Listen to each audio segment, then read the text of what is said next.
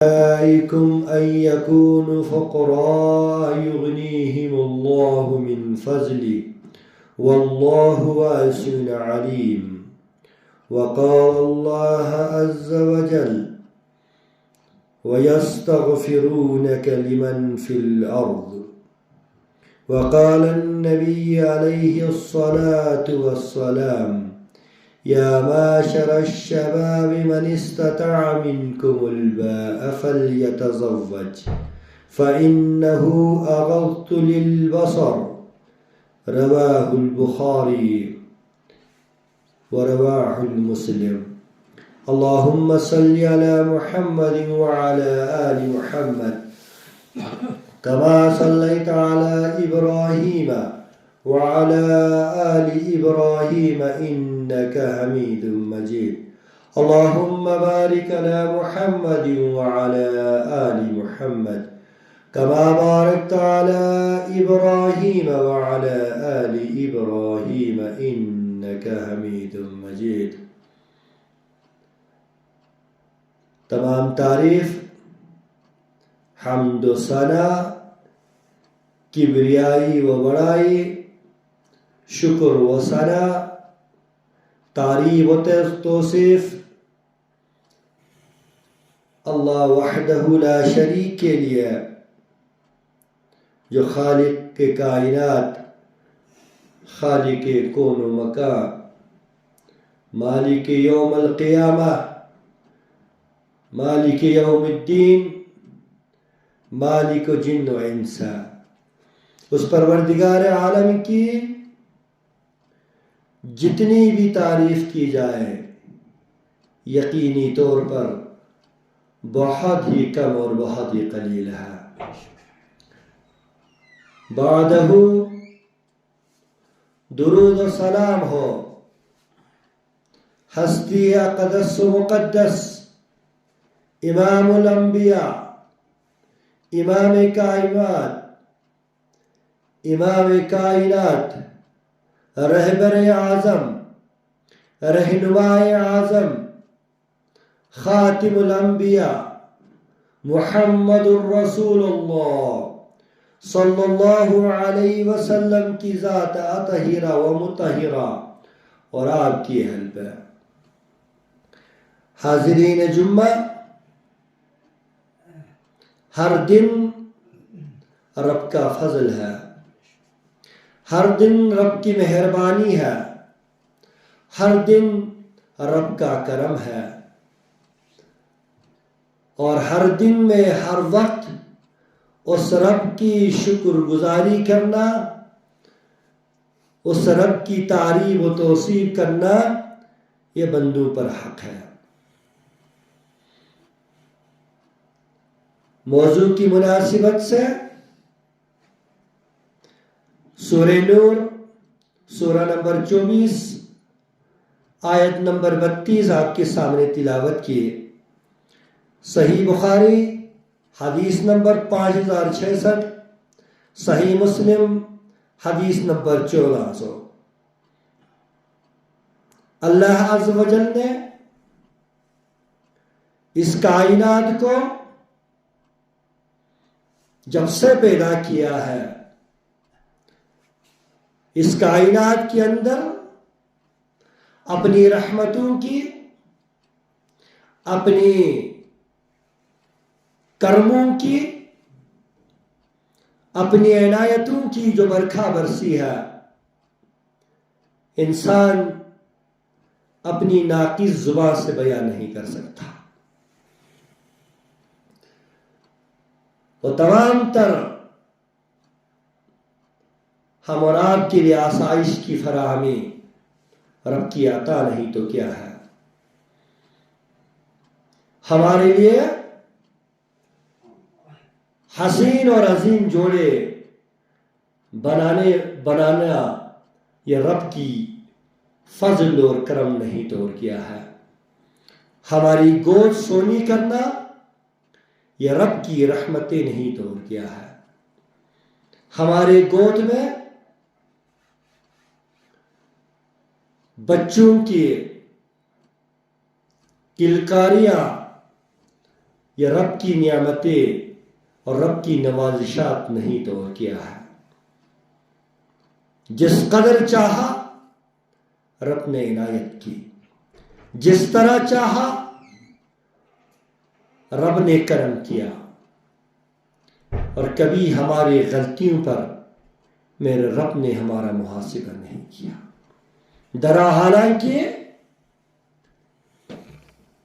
زندگی کے اس دوڑ میں ہماری زندگی غلطیوں اور گناہوں سے آلودہ ہے، لیکن میرے رب نے کبھی آپ کی اور میری غلطیوں کی محاسبہ نہیں کی، بلکہ رحمتوں پہ رحمتیں برساتا گیا، کرم پہ کرم کرتا گیا، فضل پہ فضل کرتا گیا، اور اپنی رحم و کرم کی مشعل جلاتا گیا، اور اپنے نبی کے ذریعے خوشخبری سناتا گیا، اور اپنی قرآن میں خوشخبری دیتا گیا، زندگی گزارنے کا طریقہ اور سلیقہ بتایا گیا، زندگی کی اتار چڑھاؤ کو کیسے گزارنا ہے، ہر طرح ہم اور آپ کی رہنمائی کی گئی، عقل سلیم سے نوازا، بولنے والی زبان سے نوازا، دیکھنے والی آنکھوں سے نوازا، چلنے والے پیروں سے نوازا، کام کرنے والے ہاتھ سے نوازا، سماعت کے لیے کان سے نوازا، بدبو اور خوشبو میں فرق کرنے کے لیے سونگنے کی طاقت سے بخشا۔ فَبِأَيِّ آلَاءِ رَبِّكُمَا تُكَذِّبَانِ، اپنی رب کی کس کس نعمت کو تم جھٹلاؤ گے؟ حاضرین جمعہ، لمحہ فکریہ ہے ہمارے لیے۔ اللہ نے فرمایا اپنی مہربانی اور اپنی کرم کا دروازہ کھولتے ہوئے، وَأَنكِحُوا الْأَيَّامَ مِنكُمُ الصَّالِحِينَ مِنْ عِبَادِكُمْ وَإِمَائِكُمْ أَن يَكُونُوا فُقَرَاءَ يُغْنِيهِمُ اللَّهُ مِنْ فَضْلِهِ وَاللَّهُ وَاسِعٌ عَلِيمٌ۔ تم اپنے بے نکاح مردوں اور عورتوں کی نکاح کرو، اور اپنے نیک غلاموں اور باندیوں کا بھی نکاح کرو۔ بدلے میں کیا ملے گا؟ کیا فائدہ ہوگا؟ تمہاری زندگی سدھر جائے گا، خوشی اور غم میں ساتھ دینے والا ہوگا، تمہارے لیے بازو بن کر تمہاری بیوی کھڑی رہے گی، تمہارے لیے بازو بن کر تمہارا شوہر کھڑا رہے گا، تمہارے لیے بازو بن کر تمہاری اولادیں کھڑے رہیں گے، تمہارے لیے بازو بن کر تمہارے اپنے کھڑے رہیں گے۔ یہ تو تمہاری دنیاوی نعمتیں ہو گئی۔ اس کے علاوہ جس نعمت کی میں تمہیں خوشخبری سنانے والا ہوں، وہ نعمت کیا ہے؟ أَن يَكُونُوا فُقَرَاءَ يُغْنِيهِمُ اللَّهُ۔ سنو، تم شادی کرو، جنہوں نے شادی نہ کی ان کی شادی کراؤ، اپنی غلاموں کی، اپنے لونڈیوں کی، اپنی باندیوں کی شادی کراؤ۔ أَن يَكُونُوا فُقَرَاءَ يُغْنِيهِمُ اللَّهُ، تم شادی تم کرو، فضل رب کرے گا، اپنے رب سے تمہیں پروردگار عالم غنی بنا دے گا، مالدار بنا دے گا، دولت دے گا، اولاد کی دولت، مال و دولت کی دولت، زندگی کی دولت، صحت کی دولت، دنیا کی وہ تمام دولت جو تمہیں محبوب ہے، جو تمہیں مرغوب ہے، ان یکون فقراء یغنیہم اللہ، ان تمام نعمتوں سے میں پروردگار عالم تمہیں نوازوں گا، من فضلہ، اپنی فضل سے، واللہ واسع علیم، اور اللہ وسعت والا اور بہت جاننے والا ہے۔ کتنا کرم ہے، شادی تم کرو، زندگی تم بساؤ، اولاد تم پیدا کرو، اپنی آسائش کے لیے، اپنی نفس کے فائدے کے لیے، اپنی روحانی اور جسمانی تسکین کے لیے شادی تم کرو، اور عنایتوں اور رحمتوں کی برکھا تم پہ میں برساؤں گا۔ یہ الہ کی شان ہے، یہ پروردگار عالم کی شان ہے، یہ پروردگار عالم کی رفت ہے، یہ پروردگار عالم کی وقت اور منزلت ہے، یہ پروردگار عالم کی مہربانیاں ہے۔ واللہ واسع علیم، میں تو فضل کرنے والا ہوں، میں تو سب کچھ جاننے والا ہوں، اور میں سب کچھ دینے والا ہوں۔ حضرات، لغات میں نکاح کے معنی ہے جمع کرنا، ملانا، اور شریعت میں نکاح اس عقد کو کہا جاتا ہے جس کی بنا پر ایک مرد اور عورت زوجیت میں شامل ہو جاتا ہے۔ اور صحیح بخاری حدیث نمبر 5666 ہے، صحیح مسلم حدیث نمبر 1400 ہے۔ اللہ کے حبیب نے فرمایا، یا معاشر الشباب، او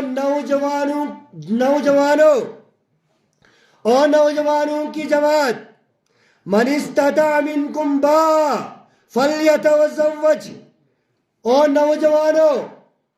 نوجوانوں کی جماعت، اگر تم استطاعت رکھتے ہو، اگر تم گھر بسانے کی طاقت رکھتے ہو، تو میں تمہارا نبی تمہیں حکم دیتا ہوں، فلیتزوج، تم نکاح کر لو، تم نکاح کر لو، تم کسی کو اپنا بنا لو،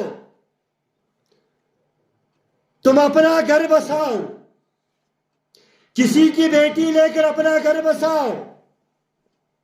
فلیتزوج، میں نبی تمہیں حکم دیتا ہوں کہ تم نکاح کرو۔ یا رسول اللہ، فائدہ کیا ملے گا؟ فَإِنَّهُ أَغَضُّ الْبَصَرِ، نکاح تم کرو گے، نظریں تمہاری جھکی رہے گی، برائی سے تم بچو گے، دنیا کی نعمتیں تمہیں ملے گا،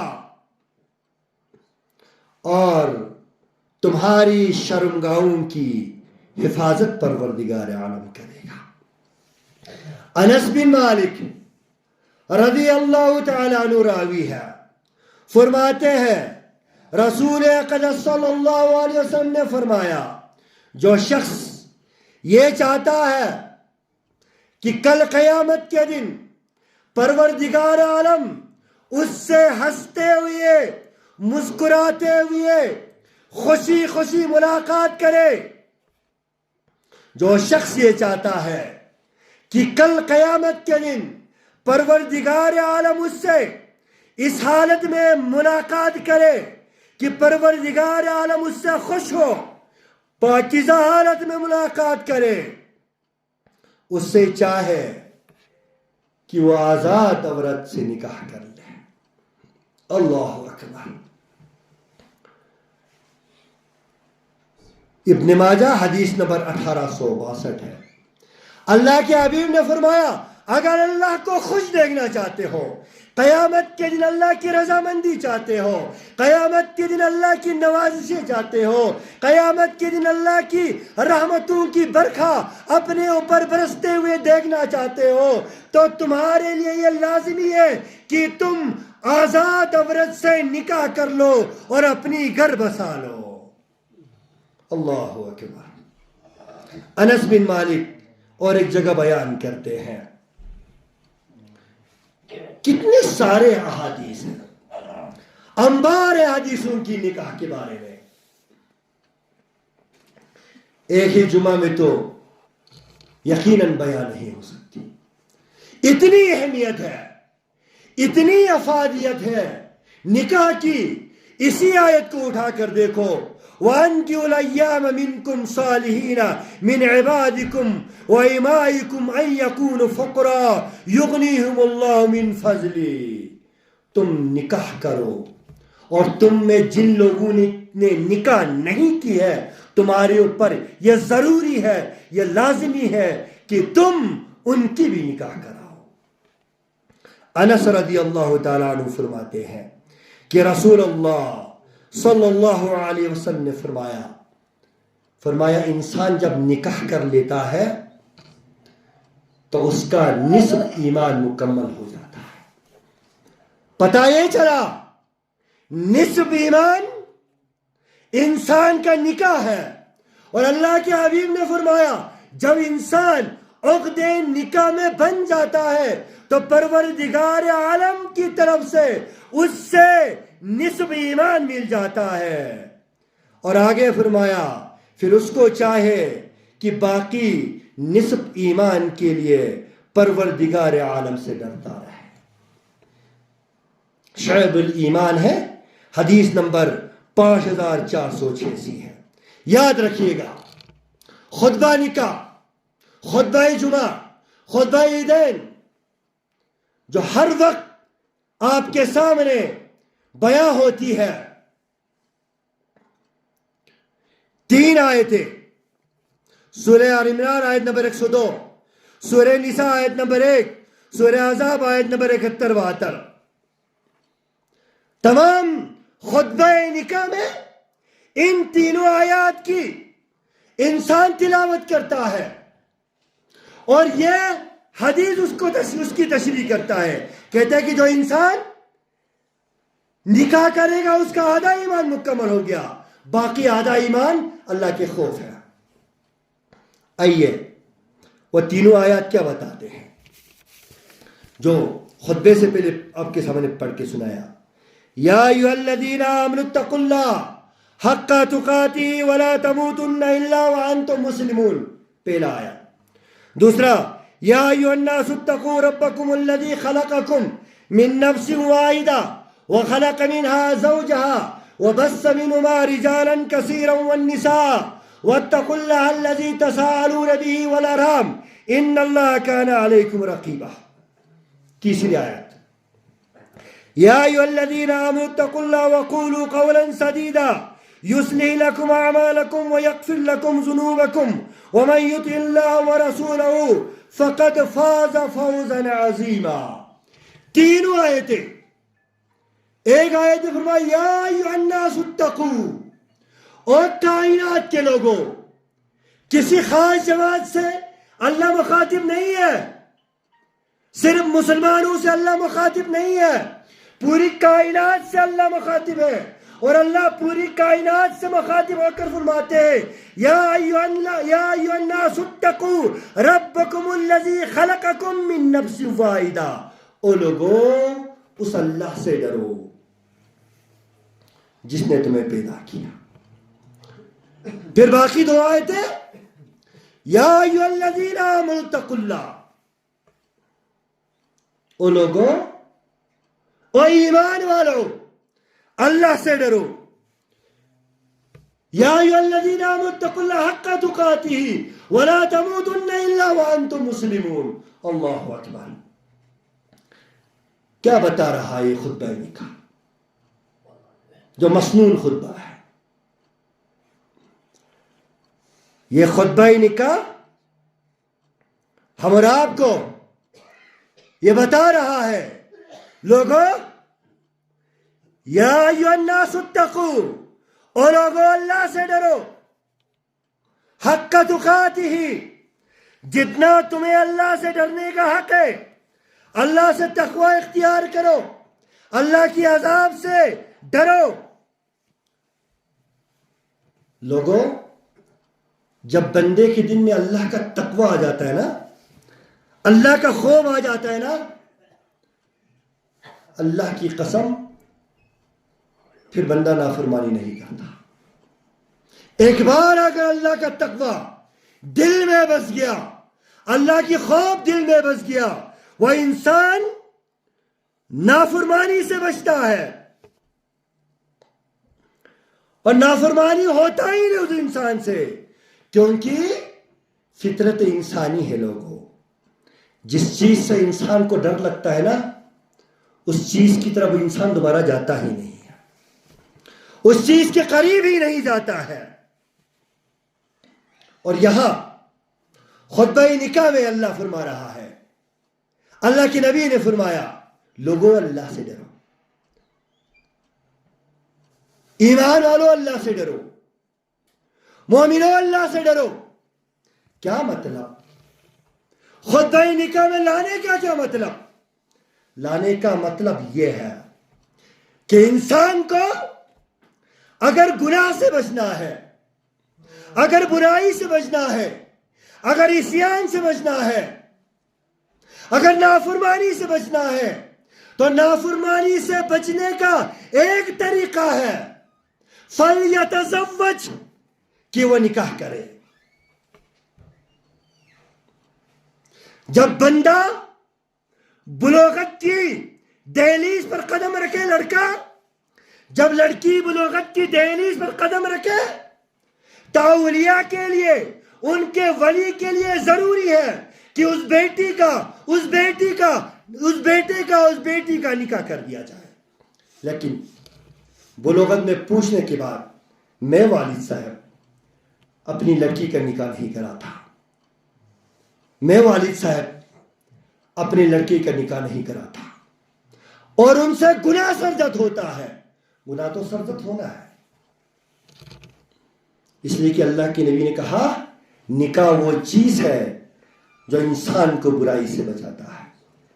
ایک جگہ فرمایا ان الصلاۃ تنہی عن الفحشاء والمنکر، اللہ نے فرمایا نماز انسان کو برائی سے روکتا ہے. ایک جگہ اللہ کے نبی نے فرمایا یا معاشر الشباب من استطاع منکم فلیتزوج، اے نوجوانوں اگر تمہیں استطاعت ہو تو تم نکاح کرو، تم برائی سے بچو گے، تم زنا سے بچو گے، تم اللہ کی نافرمانی سے بچو گے. یہاں تقوی اختیار کرنے کا کیا مطلب؟ تقوی اختیار کا مطلب یہ، جب بالغ ہو گیا بچہ تو ماں باپ کے لیے یہ لازمی ہے، ماں باپ کو یہ فکر ہونی چاہیے کہ میں اپنی بیٹی کا نکاح کروں، ماں باپ کو یہ فکر ہونی چاہیے کہ میں اپنے بیٹے کا نکاح مناسب رشتہ ڈھونڈ کر کرا دوں. اس لیے کہ اگر ماں باپ کے ہوتے ہوئے بلوغت میں بچے کی شادی نہیں ہوا، بچے سے خطا سرزد ہو گیا، والد کو بھی پتا ہے، والدہ کو بھی پتا ہے، تو یاد رکھ لینا قیامت کے دن سب سے پہلا پکڑ والد کی ہوگی.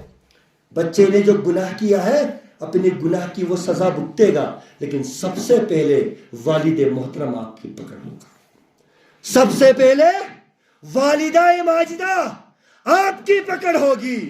اس لیے یہ ضروری ہے کہ بلوغت پر پوچھتے ہی، بالغ ہوتے ہی کہ بچے کا نکاح کرا دیا جائے. اسی لیے نبی اکرم صلی اللہ علیہ وسلم نے جب بھی خطبہ نکاح دیا تو ان آیات کی نبی اکرم صلی اللہ علیہ وسلم نے تلاوت کی، یا ایھا الذین آمنوا اتقوا اللہ، لوگوں تقوی اختیار کرو، اللہ سے ڈرو. گناہ ایسا ہو جاتا ہے کہ پتہ ہی نہیں چلتا. میرا بیٹا میرے بیٹی کس حال میں ہے مجھے پتہ نہیں، میری بہن کس حال میں ہے مجھے پتہ نہیں، میرا بھائی کس حال میں ہے مجھے پتہ نہیں. اس لیے نکاح کرنے میں تاخیر نہ کیا جائے، ہرگز تاخیر نہ کیا جائے. اور اگر بچے سے غلطی سرزد ہو گیا، سب سے پہلے اس کی سزا ماں باپ بھگتے گا. رسول اقدس صلی اللہ علیہ وسلم نے فرمایا لوگوں 3 چیزوں میں جلدی کرو. کس نے کہا؟ کائنات کے امام نے. کن سے کہا؟ ہم سے. خدا کی قسم کھا کے کہتا ہوں علی وجہ البصیرہ کہتا ہوں، ہمیں اپنی اتنی فکر نہیں جتنے ہمارے نبی کو ہماری فکر ہوتی تھی. تبھی تو میرا نبی سجدے میں بھی امتی امتی کر رہا تھا. آخری وقت زندگی کا، تکلیف شدت کی، واراسی کہہ رہا ہے اللہ کے نبی، بخار سے جسم اتر تپ رہا ہے، تب بھی زبان پر ہے وما ملکت ایمانکم. لوگوں اپنوں کا خیال رکھو. اللہ امتی امتی، موت کے کشمکش میں بھی میرا نبی سجدے میں جا کر اپنے امت کے لیے فریاد و فغاں کرتا ہے. اس سے بڑا مہربان نبی کون ہو سکتا ہے؟ کل قیامت کا دن ہوگا، نفسی نفسی کا عالم ہوگا، ہر انسان نفس نفس نفس کر رہا ہوگا. میرا نبی سجدے میں ہوگا، امتی امتی امتی امتی کر رہا ہوگا.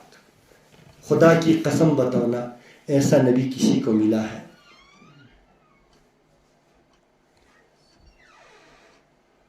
ایسا تاجدار کسی کو ملا ہے؟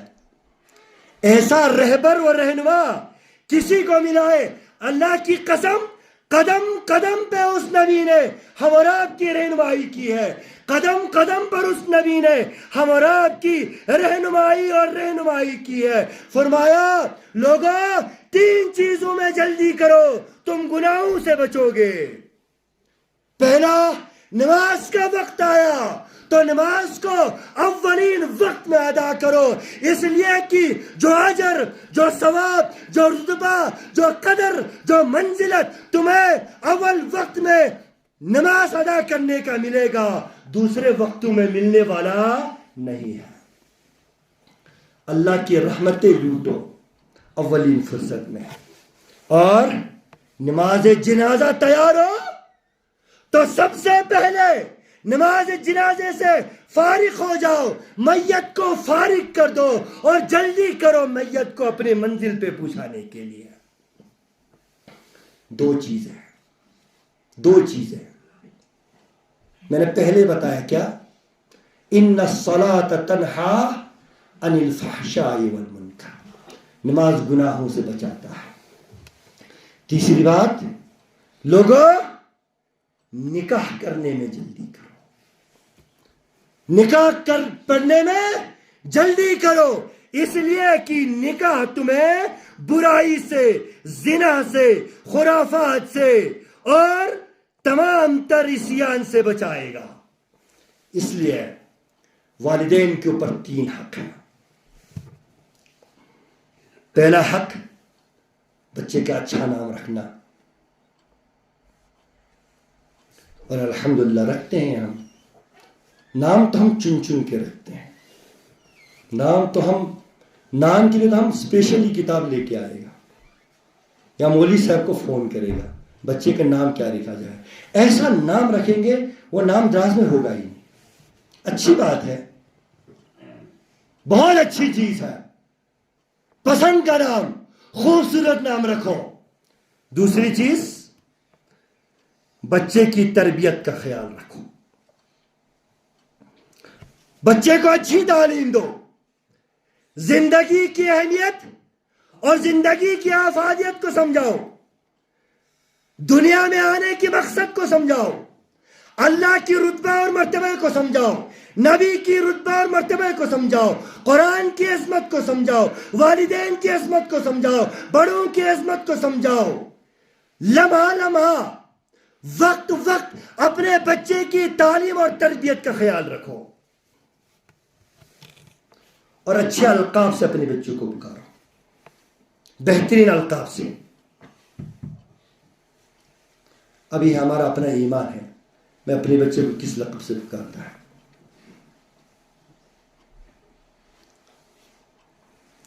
تیسرا، اپنے بچے کا اچھی جگہ شادی کرا دو، اور یاد رکھیے گا اللہ نے اس دنیا کو جب پیدا کیا اور اس دنیا میں جب آدم اور حوا علیہم السلام کو بنایا تو اللہ نے اس دنیا کو نکاح سے جوڑا ہے، اس لیے کہ کائنات جب شروع ہوا آدم علیہ السلام اور اماں حوا کی نکاح ہوئی، اور جب کائنات ختم ہوگی تو کوئی مسلمان نہیں ہوگا۔ نبی نے فرمایا حتی یقال فی الارض اللہ اللہ، جب قیامت آنے کا ٹائم ہوگا زمین پہ اللہ اللہ کہنے والا شخص نہیں ہوگا۔ جب مسلمان نہیں ہوگی تو نکاح نہیں ہوگا، جب نکاح نہیں ہوگی تو قیامت ہوگی، دنیا ختم ہو جائے گا۔ اور لوگوں، دوسری بات، نکاح اتنی عظیم، اتنی مبارک، اتنی منزہ تقریب ہے کہ تمام انبیاء علیہ السلام نے اس تقریب کو منایا ہے۔ نکاح تمام انبیاء علیہ السلام کی سنت ہے، اور تمام انبیاء علیہ السلام نے اس عظیم سنت پر عمل کیا ہے اور اولین فرصت میں عمل کیا ہے۔ رسول اقدس صلی اللہ علیہ وسلم نے فرمایا النکاح من سنتی فمن رغب عن سنتی فلیس منی۔ او لوگوں سنو، غور کرو میری بات پہ، یاد رکھو النکاح من سنتی، نکاح میری سنت ہے، نکاح میرا طریقہ ہے۔ فمن رغب عن سنتی، اور اگر تم میں سے کوئی میرے اس سنت سے منہ پھیرے گا، میری اس سنت پر عمل نہیں کرے گا، میری اس سنت پہ نہیں چلے گا، فلیس منی، تو وہ مجھ میں سے ہی نہیں ہے۔ یہ حدیث نکاح کی اہمیت کو بتا رہا ہے، یہ حدیث نکاح کی اہمیت کو ہم اور آپ کے سامنے واضح کر رہا ہے، اور نکاح کے اندر کتنی برکتیں ہیں، کتنی رحمتیں ہیں، کتنی نوازشات ہیں۔ پروردگار عالم نے کہا وَيَسْتَغْفِرُونَكَ لِمَنْ فِي الْأَرْضِ، سورہ شورى آیت نمبر 5، اللہ عز و جل نے فرمایا او لوگوں سنو، وَيَسْتَغْفِرُونَ لِمَنْ فِي الْأَرْضِ، زمین کے اندر، آسمان کے اندر جتنے بھی فرشتے ہیں، تمام کے تمام فرشتے زمین والوں کے لیے استغفار کرتے ہیں، اور استغفار ان لوگوں کے لیے کی جاتی ہے، استغفار ان لوگوں کے لیے کی جاتی ہے جنہوں نے نبی اکرم صلی اللہ علیہ وسلم کی سنت پر عمل کیا ہے، جو نکاح کرتا ہے۔ اور نکاح وہ بابرکت، وہ عظیم تقریب ہے جس کے کرنے پر پروردگار عالم کی فرشتے بھی اس شخص کے لیے رحمت، برکت اور مغفرت کی دعا کرتا ہے۔ اسی سے ہی اندازہ لگاؤ کہ نکاح کتنی عظیم سنت ہے۔ فائدہ کس کا ہے نکاح پڑھنے میں؟ ہمارا فائدہ ہے، میرا فائدہ ہے، میرا گھر بس جاتا ہے، میرے بچے ہوتا ہے، میرا نسل چلتا ہے، آگے بڑھتا ہے، ہمارا نام لیوا ہوتا ہے، ہمیں ابا کہنے والا ہوتا ہے، ہمیں شوہر کہنے والا ہوتا ہے، ہمیں دادا دادی نانا نانی کہنے والا ہوتا ہے، ہماری وقت ہوتی ہے، ہماری پوچھ ہوتی ہے، ہماری ہر طرح سے خدمت کی جاتی ہے، ہر چیز، ہر طرح ہمارا فائدہ، ہماری آسائش۔ لیکن پروردگار عالم کتنا مہربان ہے، پروردگار عالم فرماتے ہیں نکاح تم پڑھ لے رحمتیں میں برساؤں گا، نکاح تم پڑھ، جنت کے دروازے تمہارے لیے میں کھول دوں گا، نکاح تم پڑھو، مال و دولت سے میں تمہیں نوازوں گا، یغنیہم اللہ من فضلی، میں اپنے فضل سے اتنا مال، اتنا دولت سے تمہیں نوازوں گا کہ تم حیران و پریشان رہ جائے گا۔ وَيَسْتَغْفِرُونَكَ لِمَنْ فِي الْأَرْضِ، اور زمین کے اندر آسمان کے اندر جتنے بھی فرشتے ہیں وہ نکاح پڑھنے والوں کی اللہ سے مغفرت کی درخواست کرتے رہتا ہے۔ عیسیٰ علیہ السلام جب دنیا میں تشریف لائیں گے نا تو ان کی آنے کی ایک وجہ جہاد ہے، ان کی آنے کی وجہ تبلیغ ہے، ان کی آنے کی ایک وجہ اس امت کی قیادت ہے، اور ان کی آنے کی ایک وجہ اس دنیا میں آ کر آپ کی امت میں آ کر شادی کرنا ہے۔ دلیل اللہ کے حبیب صلی اللہ علیہ وسلم کی وہ حدیث ہے، اللہ کے حبیب صلی اللہ علیہ وسلم نے فرمایا وَيَتَزَوَّجُوا وَيُولَدُوا وَيُدْفِنُوا مَعِيَّ، عیسیٰ علیہ السلام تشریف لائیں گے، بنو کلب کے ایک لڑکی کے ساتھ شادی کرے گا اور پھر ان کی اولاد ہوگا، پھر عیسیٰ علیہ السلام کا انتقال ہوگا، وَيُدْفِنُوا مَعِيَّ، اور وہ میرے ہی بغل میں دفن ہوگا۔ یہ قرآن، یہ اللہ کے حبیب صلی اللہ علیہ وسلم کی یہ حدیث بتا رہا ہے کہ نکاح کرنا کتنا عظیم سنت ہے۔ اور یاد رکھیے گا اسلام میں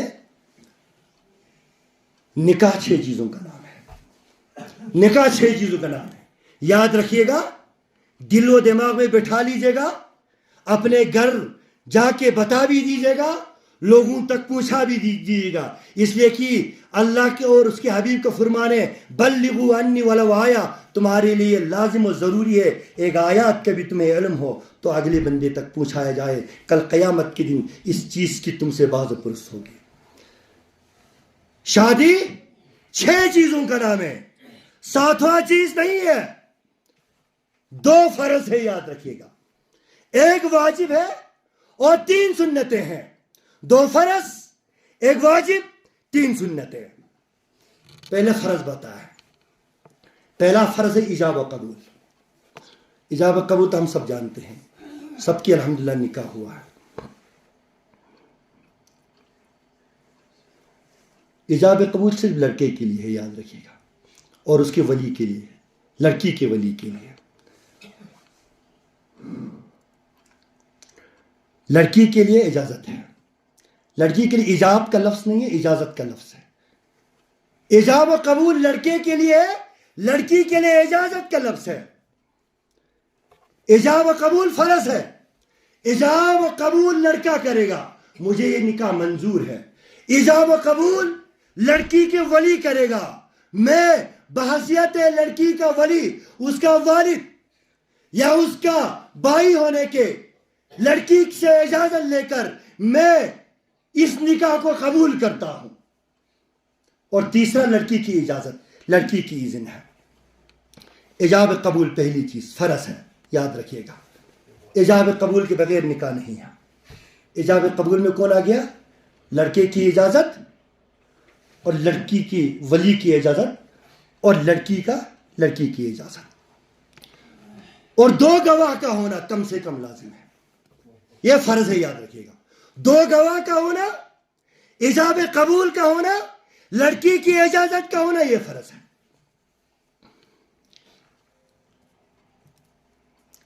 یہی وجہ زنا اور گناہ میں فرق ہے، زنا اور نکاح میں یہی فرق ہے۔ نکاح علل اعلان ہوتا ہے اور گناہ چھپا چوری ہوتا ہے، خفیہ طریقے سے ہوتا ہے۔ دوسرا ہے واجب، حق مہر ہے لڑکی کا، جو لڑکے پہ واجب ہے۔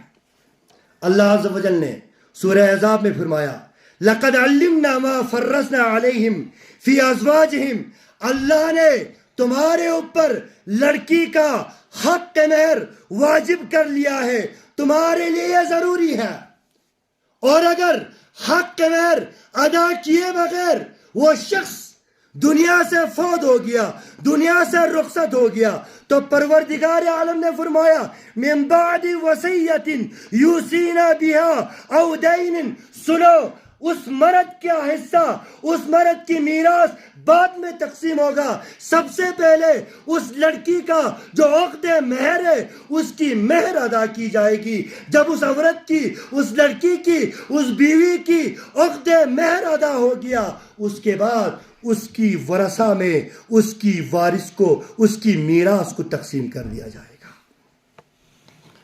یہ ضروری اور واجب ہے. اور پھر سنت کیا ہے؟ نکاح خطبہ سنت ہے، یاد رکھیے گا. ایجاب قبول فرض ہے. ایجاب قبول سے نکاح ہو جاتی ہے.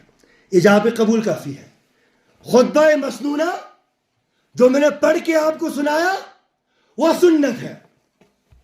اور خطبہ مسنونہ کے بعد، ایجاب قبول کے بعد منہ میٹھا کرنا بھی، اللہ کے حبیب صلی اللہ علیہ وسلم کھجور سے منہ میٹھا کراتے، وہ سنت ہے. اور تیسرا ولیمہ لڑکے کے اوپر، وہ سنت ہے. لڑکی کے گھر میں کوئی دعوت نہ قرآن سے ثابت ہے نہ حدیث سے ثابت ہے.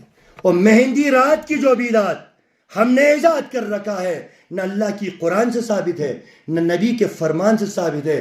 خدا کی قسم کہتا ہوں کہ یہ شادی کے نام پہ ایک بہت بڑا دبا اور بہت بڑا قلم ہے. ڈانس مہندی رات میں ہوتا ہے، کیک بھی مہندی رات میں کاٹا جاتا ہے، مہندی بھی مہندی رات میں ہی رچی جاتی ہے. اور نعوذ باللہ من ذالک اس لڑکے کی لڑکی کے انگلیوں میں پیسے بھی باندھا جاتا ہے، ناچا بھی جاتا ہے. لڑکا بھی وہی، باپ بھی وہی، بیٹی بھی وہی، ماں بھی وہی، بہن بھی وہی. کھلا ناچ، کھلی ڈانس اس رات میں ہوتی ہے. کوئی شرع سے کوئی ثابت نہیں ہے. لڑکی کے گھر میں تو دعوت ہی ثابت نہیں ہے. ولیمہ ہے لڑکے کے گھر میں. وقت ملا تو وہ حدیث میں آپ کو سنا دوں گا. تو اللہ کے حبیب صلی اللہ علیہ وسلم کی یہ سنت تھا. اور پھر حق مہر کی تعداد بھی حضرت جابر رضی اللہ تعالیٰ عنہ کی ایک حدیث سے پتہ چلتا ہے کہ اللہ کے حبیب کم سے کم 10 درہم حق مہر رکھنے کی تاکید کرتا. 10 درہم ہمارے حساب سے روپے 6,000 7,000 10,000 تک غالباً اتنا ہی ہوگا. اور پھر نکاح کی 3 رکن ہے، یاد رکھیے گا. 3 اہم پلر ہے نکاح کا، اور ان تینوں کے بغیر نکاح نہیں ہے. پہلا اہم پلر ہے لڑکا، دوسرا اہم پلر ہے لڑکی، دلہا دلہن. تیسرا اہم پلر ہے لڑکی کی ولی، لڑکی کی ولی. لڑکا کو نکاح کے لیے ولی کی ضرورت نہیں ہے، اور لڑکی کا بنا ولی کے نکاح جائز نہیں ہے. دلیل ہے اللہ کے نبی صلی اللہ علیہ وسلم کا لڑکے کا بغیر ولی کی نکاح کا. یا معاشر الشباب من استطاع منکم الباء فلیتزوج. اے نوجوانوں، تم اپنا گھر بسانے چاہتے ہو، اپنا گھر بساؤ. اگر تمہارے اندر طاقت ہو نکاح کرو. فإنه أغض للبصر، کیونکہ نکاح جو ہے نظروں کو نیچے رکھتا ہے. نکاح انسان کی شرمگاہوں کی حفاظت کرتا ہے. اور جب لڑکی کی باری آئی، اللہ کے نبی صلی اللہ علیہ وسلم نے یا پروردگار عالم نے لڑکی سے مخاطب نہیں ہوا، بلکہ اللہ کے حبیب صلی اللہ علیہ وسلم کے ذریعے اللہ کے حبیب صلی اللہ علیہ وسلم کے ذریعے لڑکے کے ولی سے مخاطب ہوا. کہا اذا خطب الیکم من ترضون دینہ وخلقہ فزوجہ. تمہارے پاس تمہاری بیٹی کی، تمہاری ولیہ کی کوئی رشتہ آ جائے، مانگنے کے لیے آ جائے، اور اگر لڑکا من ترضون دینہ، اگر لڑکا دیندار ہو، وخلقہ، اور بہترین اخلاق کا ہو، فزوجہ، تو تمہارے اوپر لازمی ہے کہ تم فٹافٹ اپنی بیٹی کا رشتہ اس کے ساتھ کر دے جو رشتے کے لیے آیا ہے. کیا شرط رکھا اللہ کے نبی؟ 2 شرط رکھا. پہلا، لڑکا با اخلاق ہو، لڑکا با اخلاق ہو، لڑکا با ادب ہو، وہ دین ہو، اور لڑکا دیندار ہو. بس اس کے علاوہ وہ دو خوبی اس لڑکے کے اندر موجود ہوگا. تم آنا کانا نہ کرو، بسم اللہ کرو، اور اپنی بیٹی کا اپنے ولی کی شادی جو ہے اس لڑکے کے ساتھ کرا دو. اس لیے کہ اگر تم آناکانی کرو گے تو فتنہ پھیلے گا، شر پھیلے گا۔ رسول اقدس صلی اللہ علیہ وسلم نے فرمایا انسان 4 چیزیں دیکھ کر شادی کرتا ہے، لحسبھا اس کا حسب و نسب دیکھ کر، ولمالھا اس کی مال و دولت دیکھ کر، ولجمالھا اس لڑکی کی خوبصورتی دیکھ کر، ولدینہ اس کے اندر کی دین کو دیکھ کر۔ یاد رکھنا پہلے کی 3 چیزیں اہم نہیں ہے، لیکن آخری چیز کو دیکھ لینا، اس کی دین کو دیکھ لو۔ اگر وہ دین میں کھڑا ہے، دین میں بہترین ہے، دین میں افضل ہے، تو نہ آگے دیکھو، نہ بائیں دیکھو، نہ دائیں دیکھو، اس لڑکی کے ساتھ تم شادی کر لو۔ لڑکے کی شادی کے لیے اللہ نے لڑکے سے خطاب کیا، لیکن لڑکی کی شادی کے لیے اللہ کے حبیب صلی اللہ علیہ وسلم نے فرمایا ولی کو چاہیے کہ اپنی لڑکی کا، اپنی بہن کا، اپنی بیٹی کا شادی ایسے شخص سے کرائے۔ اس لیے کہ اللہ کے حبیب صلی اللہ علیہ وسلم نے فرمایا لا نکاح الا بولی، یاد رکھنا ولی کے بغیر نکاح جائز ہی نہیں ہے۔ اگر کوئی عورت اپنی مرضی سے کسی سے نکاح کرتا ہے، اللہ کے حبیب صلی اللہ علیہ وسلم کا صریحتاً حکم ہے فنکاح باطل، فنکاح باطل، اس کی نکاح باطل ہے، باطل ہے، باطل ہے، بس اور کچھ نہیں ہے۔ اس کی نکاح باطل ہے، اس کا نکاح ختم ہے۔ تمہاری نکاح کے لیے ضروری ہے کہ تمہارے ولی کی اجازت ہو۔ اسی لیے پروردگار عالم نے فرمایا لوگوں دین میں اس طرح چلو جس طرح تمہیں چلنے کا پروردگار عالم نے حکم دیا ہے۔ لیکن افسوس کی بات ہے کہ آج زنا آسان ہو گیا، نکاح مشکل ہو گیا، مشکل ہو گیا۔ غریب تو شادی ہی نہیں کر سکتا۔ اتنی خرافات، اتنی فضول خرچی، اتنی بکواس کی چیزیں، پتہ نہیں کیا کیا خرافات ہم نے ایجاد کر لیا۔ اللہ کی قسم آج شادی مشکل ہے، آج زنا آسان ہو گیا، شادی کرنا مشکل ہو گیا۔ پچھلے ہفتے کہیں سے سن رہا تھا، کہیں کا کرگل سے کی ایک بات سن رہا تھا، کہتے ہیں کہ وہاں لوگ پہلے باپ اپنی بیٹی کو بگاتا ہے، اس کے بعد پھر کہتے ہیں کہ آ جاؤ، پھر ان کی شادی کرا دیتا ہے۔ میں نے پوچھا یار وجہ کیا ہے؟ کہا وجہ یہی ہے، اتنی مہنگائی ہے، کیا دے آدمی، کتنا خرچہ برداشت کرے، واشنگ مشین بھی دو، فریج بھی دو، لڑکے کے لیے گاڑی بھی دو، پتہ نہیں کیا کیا خرافات ہے، کیا کیا بکواس کی بدعات، بکواس کی چیزیں ہم نے ایجاد کر لی۔ اور اگر پابندی لگانے پہ آتا ہے تو پھر ہم مانتے ہی نہیں، ہمارے کان پہ جوں تک نہیں رہتا۔ خدا کی قسم کہتا ہوں کہ یہ سب سے بڑی جہاد ہے۔ اگر آج کے اس پرفتن دور میں سنت نبی صلی اللہ علیہ وسلم کی تحت نکاح ہو جائے۔ ایک آخری حدیث سنا کے میں اختتام کروں گا، انشاءاللہ اگلے ہفتے اسی موضوع کو ہم چلانے کی کوشش کریں گے۔ حضرت عبد الرحمن بن عوف رضی اللہ تعالیٰ عنہ اللہ کے حبیب کے پاس آئے۔ اللہ کے حبیب نے دیکھا عبد الرحمن کے چہرے پر زردی چھایا ہوا ہے، لالی چھایا ہوا ہے، چہرہ لال لال۔ کہا ادھر آ جاؤ۔ کہا یا رسول اللہ۔ کہا کیا بات ہے، تیرا رنگ تو بڑا نکھرا ہوا ہے، چہرے پہ لالی چھایا ہے۔ کہا یا رسول اللہ صلی اللہ علیہ وسلم میں نے کھجور کے گٹھلی کے برابر سونا دے کر ایک لڑکی سے نکاح کیا ہے۔ اللہ کے حبیب نے کہا ماشاء اللہ۔ اللہ کے حبیب نے کہا بارک اللہ، اللہ تجھے برکت دے، اولم بشاتن، بہت اچھا کام کیا، بہت بہترین کام کی، بہت عظیم کام کی، لیکن عبد الرحمن سن، ولیمہ کر دو، ایک بکری کیوں نہ ہو، اس بکری کے ذریعے ولیمہ تو کرا۔ مدینہ اتنا بڑا نہیں تھا کہ اللہ کے نبی کو پتہ نہ چلے، لیکن عبد الرحمن بن عوف نے شادی کی، اللہ کے حبیب کو پتہ نہیں چلا، پوچھنے پہ پتہ چلا کہ عبد الرحمن بن عوف نے شادی کر لیا۔ اتنی سادگی سے ایک کھجور کے گٹھلی کے برابر سونا دے کر اس نے شادی کر لی، اللہ کے نبی کی سنت پر عمل کیا۔ اللہ کے نبی اتنے خوش ہو گئے، کہا عبد الرحمن ایک بکری کا بچہ ہی صحیح تو ولیمہ دے دے، یہ تمہارے لیے خوشی کی بات ہے، یہ تمہارے لیے اچھائی کی بات ہے، یہ تمہارے لیے نیکی کی بات ہے۔ اسی لیے لوگوں لیکن ہمارے اندر الگ چیز ہے۔ میرا بیٹا میری بیٹی ابھی پڑھ رہا ہے، ابھی گریجویشن کرنے دو, پی جی کرنے دو, پھر جائے گی. زندگی سیٹل ہونے دو. ہم کون ہوتے ہیں ان کی زندگی سیٹل کرنے والا؟ اس کا مطلب ہے کہ میرا اعتقاد ہی اللہ سے اڑ گیا ہے. نوکری تو ملے نا کچھ, لڑکے کا پیر تو جمے. کیا گارنٹی ہے بلال احمد تیرے پاس کہ تیرے بیٹے کا پیر جمے گا؟ تب تک فرشتہ آ کر اس کی جان نکالے گا. تمہاری بیٹی کی زندگی سیٹل ہونے تک فرشتے آ کر اس کا گردن دبوچے گا. کیا گارنٹی ہے تمہارے پاس؟ سیٹل ہونے دو. ابھی عمر ہی کیا ہوا؟ ابھی تو 25 سال کا بچہ ہے. ابھی سیٹل ہونے دو, ابھی زندگی کے خواب دیکھنے دو. سیٹل ہوتے ہوتے نہ جانے اس نے کتنے گناہ کیا ہے. کبھی میں نے سوچا سیٹل ہوتے ہوتے اس نے کتنے سارے خرافات اپنے اندر جمع کر لیا. یہ شیطان کی باتیں ہیں, یہ شیطان کا حربہ ہے. پالنے والا وہی الہ العالمین ہے, پالنے والا وہی پروردگار عالم کی ذات ہے. جب اس سے پیدا کرنا آیا تو کیا اس سے پالنا نہیں آئے گا؟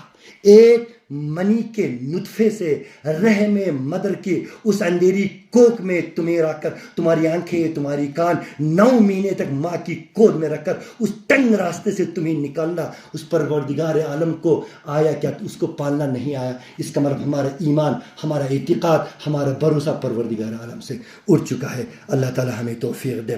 اللہ عز و جل نے کیا فرمایا؟ وَأَنْكِحُوا الْأَيَّامِ مِنْكُمْ. او لوگو سنو. سورہ نور ہے, آیت نمبر 32 ہے اور سورہ نمبر 24 ہے. کیا فرمایا؟ وَأَنْكِحُوا الْأَيَّامَ مِنْكُمْ. سنو, تمہارے اوپر یہ ضروری ہے, تمہارے اوپر یہ لازمی ہے. تم میں اگر کوئی بے نکاح مرد بیٹھا ہے, تم میں اگر بے نکاح کوئی لڑکی بیٹی ہے, تمہارے اوپر یہ ضروری ہے, یہ لازمی ہے کہ تم ان کا نکاح کرا دو. اللہ تعالی ہمیں توفیق دے, ہمیں برائی سے بچنے کی توفیق دے, ہمیں نیکی کرنے کی توفیق دے, ہمیں سنت کے مطابق نکاح کرنے کی توفیق دے, ہمیں خرافات سے بچنے کی اللہ توفیق دے. اللہ ہماری شادیوں کو سنت کے مطابق ہمیں شادیاں کرنے کی توفیق دے.